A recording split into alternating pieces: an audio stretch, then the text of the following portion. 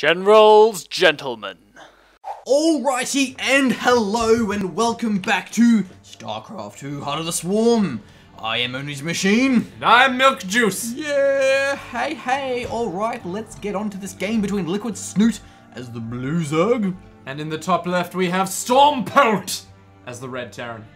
These names. The names, they're very classy names. It's like you can say them and sound like you have a maths degree. I mean, look. I see what you did there. How you doing? I see what you did How there. you doing? Like Snoot. Like LiquidSnute. For the Lord of the Sith. It's like, ooh. Oh man. Ooh. For the record, Nick has a maths degree. Oh really? I never got that from That's why you might hear that as a recurring trend. What? What's the recurring trend? These absurd references to maths degrees. Oh, maths degrees. Hey, did you know that I have a maths degree? How you doing? Hey. So, yeah, have you ever heard of Snoot? Have you ever heard of Belshire Vestige? Oh, good comeback. Yeah, take that. Yeah, not bad. Take that slap to the face. Now, is this... Important question. Is this Belshire Vestige LE? I don't know. What? That's your job. You have one? Yes, it is. Okay, it is The Belshire. oh yeah, the rocks thing, right? Yes. Yeah. So they can't build supply depots. Basically, and now we have we have basically barracks at a very normal time. Yeah, it's pretty normal so far. I don't know what you're getting so excited about. That's... Yeah. I'm sorry. Yeah. I just like to get keen. Like, it's something that I enjoy doing. Yeah, I know that feeling, right? Where you want to get into the game, so you want to feel really excited. No, about I don't know. I think I thought that Storm was like Zerg. He's like, he got his pool before hatchery. Oh wait, no, he's Terran. He got a barracks. That's not a big deal at all. No, that's but terrible. speaking of big deals, we do have a gas. Probably gonna go for that Reaper, I would say. Yeah, I think that we've seen a few Reapers recently. Yeah. And, you know, we should probably stop doing that when we see gas and say, probably going to go for the Reaper, and rather saying he has gas, he is definitely going for the Reaper, because that's always what happens. Well, I mean, you never quite know. Like, you can say with a lot of certainty, he's probably going to go... Yeah. Okay, well, he's going for Reapers. Take that. Take that slap to the face, number 2. I apologize. And now there's a spawning pool going down as well from LiquidSnute. Not a particularly rare time at all. The Overlord Scout will see the timing of that expansion, which is always quite important to know. Yeah, this is pretty normal so far. That is normal, yeah. Just to get his second supply before his expo. Yeah, I don't like doing that. I don't like that at all. Really? Yeah. I guess because I don't go gas normally, so that's probably why. I think when you go gas, you might need to. Yeah. Anyway, the Reaper is coming out on the map from LiquidSnute. Gonna go into the base of Snoot somewhere, do something important, make himself known. But will the Overlord scout it in time? Yeah. Doesn't matter though. I mean, he's got Lings coming anyway. I mean, Zerg always build 4 Lings, you know, because they just know Reapers are coming all the time now. This Expo will get scouted, you know, not a big deal there. And the Reaper will go into the base of Snoot and maybe, you know, shoot a couple of drones. But more importantly, he's going to scout the gas. And that's kind of the main thing to know is what kind of gas your opponent has. Whether he's going for something a bit techy or whether he's just going straight up lean play. Basically, and speaking of tech, we do have a factory coming out of LiquidSnute as my dog barks in the background, and Rector going down as well. Yeah, I mean, this is pretty normal so far. I'm thinking maybe Hellions, maybe Hellbats, but there's no second gas yet, so... Yeah, no, I would say Hellions. Basically, Hellions then transition into, like, Hellbats. You don't go for, like, Hellbats, like, straight away. It's like, you know, I just won't do anything until I get Hellbats. It doesn't really work like that. And now we do probably have, another 3rd command center. So StormPolt going for a very standard... See, like, what I see a lot of Terrans doing this now against Zerg is they go for the Hellions, they go for the 3rd base, and then they go for Hellbat drops. It seems to be a very, very recurring trend. And then they transition out of that into basically Marine Widowmine kind of style play with Medevacs. Yeah, I mean, it works quite well as long as the other player does what you want them to. Because if the other player knows that you're coming with those Hellbats, they can instantly get back in time for you to stop them. Yeah, so it makes the Overlord Scouts very, very crucial, being in those ideal positions so you can actually see those Medevacs coming. Yeah, you got to make sure that there aren't any spores or any spies in the base. Yeah, it's also what to do with when the Overlord Scout sees our armory or not, and now the Zerglings will not really do much at all because there are 4 Marines on the field. No bunker though, there is a bunker very far back. Yeah, that bunker's actually fairly far away, isn't it? It's going to protect the ramp and the mineral pouch, but typically you'll see, want to see a bunker in the front lines. Yeah, is that actually going to reach the mineral line on the other side? Well, not all of it. Because, I mean, it'll reach that first half, but it's not really going to reach that.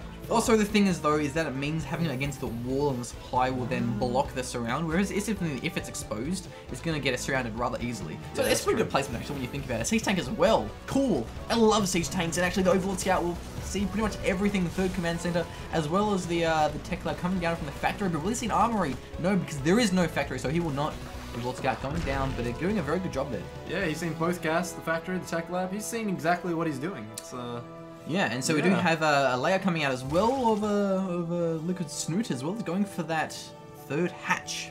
All important third hatch for Zerg. And we were having an interesting conversation earlier about why American shoutcasters always say like layer instead of lair. And then I just said layer because it's like so ingrained into my head now. Yeah, you're basically becoming husky. I wish I would become husky. It's like we all wish we were like husky. One day I just like wake up and I'm just like, why is my face looking like husky? And I'd be like, thank you. Thank you for getting +1 infantry weapons attacks and stim as well. So going for some heavy infantry upgrades. Ooh, I'm expecting to see maybe a few medevacs if he's going for stim, because otherwise it'd be completely pointless. I'm expecting him to go for medevacs because he's playing Terran. You know what? That is a fair assumption. Yep. Yeah. He's put an interesting placement of that siege tank though. He's put it behind the mineral line. It is, yeah. So basically the Lings are going to have a very hard time because they can't go through the bunker and supply. So it's a very good building placement, you know, if you consider T-Tank a building, to deny those Ling run-bys. And now we do also have metabolic boost as well as +1 Zerg attacks, melee attacks rather. So definitely going to go for a very heavy Ling army, despite having a Roach Warren. Yeah, I mean, look, he could probably have used the roaches just to sort of like, yeah, you know, get the things that he wants for the Lings. But all in all, he's probably going to go for something. Oh, he's bringing out some roaches, maybe just as backup. Maybe just as backup. They're basically ideal against Hellbat drops. I'm not sure that's what's going to happen, but yeah, roaches absolutely shut down Hellbat drops, and that's why a lot of those like going there. Not only that, I think having a Roach Warren is a very safe thing against like really aggressive and like all-in pushes, where like if you have the Roach Warren, it means that you can then just balls out. Whoa. Yeah, not really a big deal. It means you can balls out just like 15 roaches if you scout an all-in, so it's really safe to have. Whereas like if you scout an all-in and you don't have a Roach Warren, you can't really react in time because like Lings aren't as good against all-ins, like especially against Protoss. I find that having the Roach is a very safe thing. So you are seeing a lot more Zergs getting the Roach despite not actually using it, just because it's a very safe thing to have. Going for a Baneland and Infestation bit actually, so that's interesting. Yeah, I mean, look, Infestors have basically become like the secondary option now in Hearts. So it's actually kind of interesting to see a Zerg. You mean like as opposed to Swarm Hosts? Yeah, because Swarm Hosts are just crazy good. Yeah. Like they can just bust out free units. I think Swarm Hosts are more of a ZVP thing than a ZVT thing, to be honest.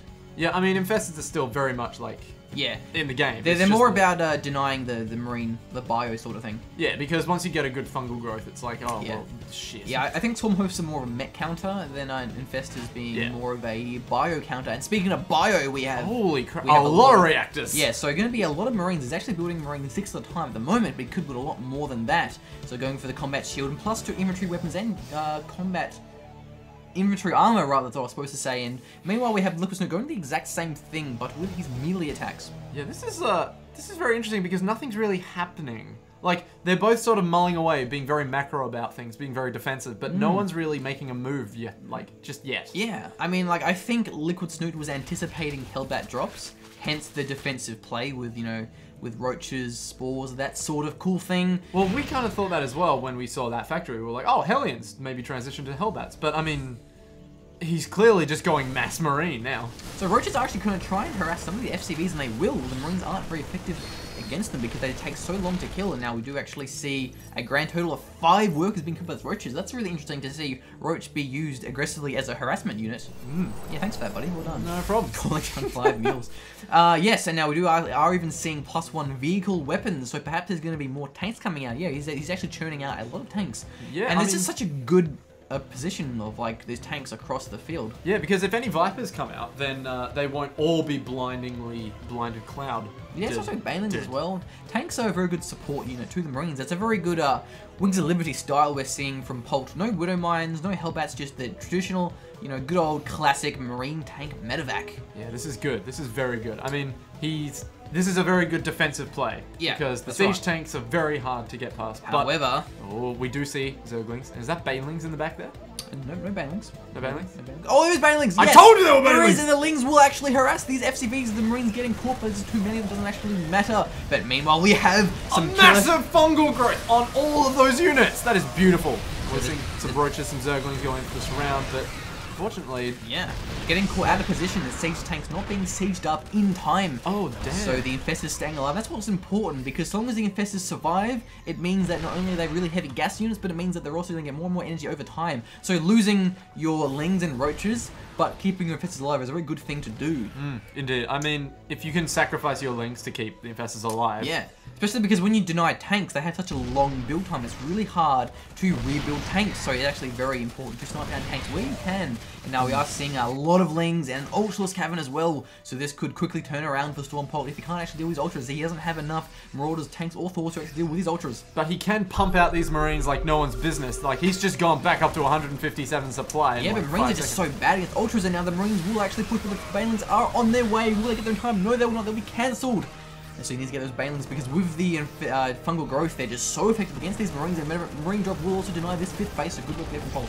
Yeah, I mean, he's trying to split them up as best as he can, but where are the Infestors right now? Oh, not split though, yeah. The energy is only now just getting into a fungable rate. Ooh. Fungable! That was like really intentional, I'm not even kidding, and that was actually 55 energy for now they can fungal. So Polt has to be careful. Now he does have his Ultras as well. Oh, this is going to be very bad for Polt if he doesn't try to transition away from Marines, because that's right. Those Ultras are going to mash through those Marines. Like, yeah, he's getting Marauders now, and some Widow Mines, that's good. I don't know if he has enough Marauders, though. I mean, he has one Marauder. He has so many reactors, he needs to get some tech labs on these barracks to get more Marauders, and now the Ultras are coming out with the Banelings and the Infestors, pulling out some Infested Marines as well. Widow Mine being very effective against those Infestors. But he's got the nice split happening, and he can't really surround them when they're all moving back and kiting them everywhere. He's off creeps, the Ultras aren't very far, so he can kite away from them pretty easily. The Lings will catch up to them though, the Widow Mine will... Oh, nice damage there. Oh, this isn't looking good for Polt. Yeah, I mean, off creep, you can just run away. The Bunker and the Widow Mines will be very effective against these Roaches and the Ultras. Yeah, I mean, he doesn't really have a very strong defensive position, though. The problem is Infestors and Ultras, they're so gas heavy, but if you get a certain amount of them, it can be very difficult to deal with as a Terran. Exactly. And he hasn't got that many tech labs on his barracks. He hasn't got that many. He's getting more now, though. He's got 3. It's still not enough. I think we're going to see either a lot of Marauders or some Widow Mines. The Widow Mines, more tanks. No, actually, no, I just did more Widow Mines. So Widow Mines are good against Ultras. Like, yeah, but I mean, they are very much defensive units. Like, he can't really harass with Widow Mines. So long as you're preemptively borrowing them, you can. It is quite hard, It is very hard. But I think we're going to need to see a lot more creep to maximize the effectiveness of these Ultraless surrounds. I mean, still, when you have Infestors, it does make it a lot easier because you can just fungal them down. But I think StormPolt is not looking very good because he doesn't have a lot of map control. It's so contained in his base, whereas Snute is just kind of getting more bases, more map control with these really effective late-game gas-heavy units. Yeah, this is looking pretty bad for Polt. I mean, it's slowly going his way, but it's looking very bad for Polt. Yeah, I think we're going to need to see some medevac drops, but I don't think Polt can really spare them, to be honest. Yeah, I mean, he's got his Widow Mine sort of everywhere, not really positioned in any specific placement. And now the 3-3 has finally finished for these infantry... What? Wait for it. Oh, SCV. I was like, where are his weapons? But it was SCV selected. So yes, it does have a 3-3, but there are Ultra Danelings pushing up the ramp. The Widow Mine and the just huge amount of Marauders now will completely deny that. That's a weird angle to push at. So actually may lose them with the Stim Pack. Going to catch down those... Oh no, he's losing 2 of these Ultras. You can't throw Ultras like that. Oh, that's a... Oh, but that fungal was beautifully placed. He's going to lose all of those Marines if he can't push them back. That's right, and there's no Infestors on here, so they can kite, and there's just so many Widow Mines. So Ultras will get absolutely destroyed if those Widow Mines can actually land. He's losing so many of them. He's going off creep, and when you're off creep, it's so easy to get caught out of position and actually then lose them. And we do see quite a big bank of both minerals and gas on from LiquidSnute. Yeah, this is... I mean, look, this is a very close game, but at the same time, Polt, come on, you gotta... 29 Banelings, that's a lot of Banelings. Okay, I think he may be trying to... squeal. Like, I think he might try to harass with... Like, I don't know about you, Nick, but I can't see 29 Banelings and then not make a girly squeal. I feel that, yeah, I understand that, yeah, that's Same when you see, like, 30 mutas and you're just like, oh my god, there's 30 mutas coming out. It's just that feeling of like, oh. Yeah, goodbye gas. Yeah, pretty much. And so now, oh, nice drop, they're going to deny this base. That's very important. Polt has to make sure he keeps doing this. But he's actually not engaging that. Oh man, he might actually not get this base in time. You know what? Snute could actually just ignore this and go all in if he wanted to. The Planetary Fortress will completely deny these Lings. They're so effective. The Banelings will go in and land on all those FCVs. Oh man, there goes everything, including the Planetary Fortress. But at the same time, there's also a Marine Mortar push, but there's so many spines, will not be enough. The Wooden Mines will get burrowed, but no, there's a split push. Base race! Oh, yeah, no. Base race! And it looks like he's going for the Planetary Fortress. Man. The Planetary Fortress has got a lot of splash damage against those Zerglings, but... Not focusing the Banelings in time will take down the supply, but at the same time, there's also a huge push. The Wooden Mines are still intact. He needs to make sure they're burrowed, but they might take down their own Marine. Has to be careful with that. Come on, Wooden Mines. I know you got this. Who's going to come up top? I think Polt has a very good defensive army here, but at the same time, there's also another drop in the main base. LiquidSnute's getting his ass handed to him, but there's just so many fungals, so many basically Wooden Mines here, so the army has been crushed, but still the Wooden Mines can do quite the damage on their own. And now, yeah, we can't push. This defensive line is perfect. The Ultras can mash down the factories. It won't be enough. The buildings are lifted, but still he's going to lose his hive! Oh man! He doesn't even have a Ultras Cavern anymore, I don't think. No, just kidding, there's one over there. And so... Well played, well played. It's just, he's losing everything, but he can't quite push hard enough. But meanwhile, Polt is just sort of these are Ultras. slowly. Oh, there's one Ultra there. He's actually taking down... Oh man. No, come on! Good hope for the one with the Ultra. What are you doing? Yeah, but then again, you gotta remember, every building he snipes is so important because then he can't rebuild. He doesn't have a hive, so he can't rebuild infestors. He can't... Well, he can rebuild Ultras. He needs to take down building. But, yeah, so I think Snute is in a weird position. That being said, he does have 200 pop cap. Yeah, he has. I'm amazed that Snute is still at 200, but Polt is at 140. So, I mean, how much army does he have at this point? What can he possibly use to defend against 200 from Snute? Yeah, I think Snute has not enough units. I mean, he has like a little bit of Ultras and a little bit of Roaches, but there's just so many Marauders that it's going to be okay. They're going to need to see Marines, no, rather Lings to deal with the Marauders. So it's a bit iffy, but there's so many Marauders now that basically, like, there's that window where Ultras are amazing, and then they kind of go down if you don't have enough to support them and to deal with the Marauders. But they will push up the ramp. There are 3 Wooden Mines there, so that could go very badly. With the splash damage? No, he's already noticed that there are Wooden Mines there. So he's got the Overseers for detection, and there is also just a lot of split up units, so it means Ultras won't have their huge AoE. The mules are mine strong from this 4th base. And that's all that LiquidSnute has as well. He's only has 4th base, but there's just such a huge harvest difference. There's 58 drones compared to 20. This is ridiculous. Pushing up the ramp though, but there's just so many more stepping down, going to take down all his Ultras. There's just not enough Lings to soak up all of the damage from those from the Marauders. Yeah, this is but he does have the fungal going down from those infestors, which is really helping him a lot because all those Marauders are Marines, since they're just so bad against fungal. He's just managing to take down so much. So he's going to have to lift off and delay the mine time. So LiquidSnute could go for this 3rd base and the 4th. They'll complete on the mine time. There is also another push going to take down the 3rd. So both players being very aggressive here, doing a fair bit of damage to each other. Oh, this is crazy. I mean, Snute has the possibility of being able to just pump out units. But now that half of his base is gone, it's a little bit trickier. Oh man, now there goes these. I was actually really surprised. I thought that push wasn't going to be as effective because I just thought there was a lot of Marauders. But it didn't matter because the pop cap difference, the supply difference rather, was so huge with the Roaches and the Ultra that didn't actually even matter.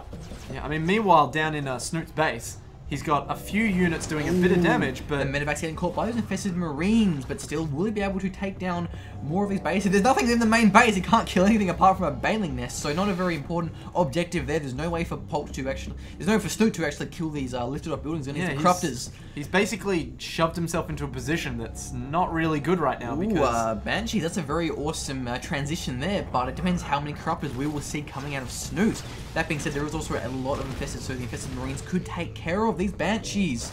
No, the Ultras Cavern, that's a huge blow because there goes the hive as well. So it means that they cannot rebuild his Ultras. So I think if Polt can snipe down his Ultras, it'll be a huge blow because then Snute cannot actually rebuild them. Yeah, I mean, Snute... How many bases has Snute got now? He's only got 2 bases, doesn't he? Well, he has... Technically speaking, he has 3, but this one's exhausted completely apart from 5 minerals. Yeah! Get the 5 minerals! It'll help you in the end of the game. Quickly! You're wasting time. Oh, this is terrible. Yeah, so basically, Snute has a lot more drones, but he can't really mine from them, but neither can Polt. He has this CC there, but there is a Ling beneath it. So both players having basically no economy at all. They're basically both turtled into their positions. Yep. And there's no real way for them to proceed. The difference is being, though, that there are Ultras and there are basically 200 supplies. So I think that Polt is in a very bad position. I mean, look, when you have 100 supply difference, it's kind of hard to say who's going to win because how many harvesters does... Not a lot, but now there will be the engage and now Fungals will catch out some of the units, but there's such a huge split that the army's all over the place. It's very chaotic. There's just ultras chasing down every single bio unit, and that Fungal being very perfect there. Now the bio will just get mashed up. There's just not enough. There's and all the Marines and Marauders are just kiting off those ultras as best as they can, but they're very slowly forcing him out of the base. He's going to stem down all of his health though. There's just such a huge supply difference that Polt cannot possibly hold off this push. He's trying very gallantly, but yes, it will not be enough. Getting his 4th command center finally going to get some income about bloody time. But still, I mean, there is a pretty freaking huge army that, what can Polt do? He's down to 21 supply. He hasn't even landed this yet. And he can't do anything. It's just, this is not going well for Polt. I mean, look, there is over 120 difference in supply. Yep. So unless Polt can pull something off amazing, I mean, I can't see him coming back. Nope. This will sadly be GG. He'll have the income now, but it won't be in time. It's too late. There goes the production. GG, well played. So that was actually a crazy game. Whoa, that was interesting. Like, I think Polt had it down, and then suddenly Snute was like, no. Yeah, like, I think... No, I'm just going to expand just everywhere. It was going, like, rather kind of even, I dare say, for a while, until that base race happened. And the base race just turned out so much better for Snute than it did for Polt. So Polt was able to take down, you know, very important tech buildings with a hive and that sort of thing, but it didn't matter. Snute was already maxed out on his ultras, so he lost his tech buildings, but he's like, well, I already have an army, I don't need those anymore. So unfortunately, Polt not being able to recover from that huge base race, going badly for him, I think. Yeah, I definitely thought that when he tried to go for the 3rd against Snute, and Snute just could pound out these units.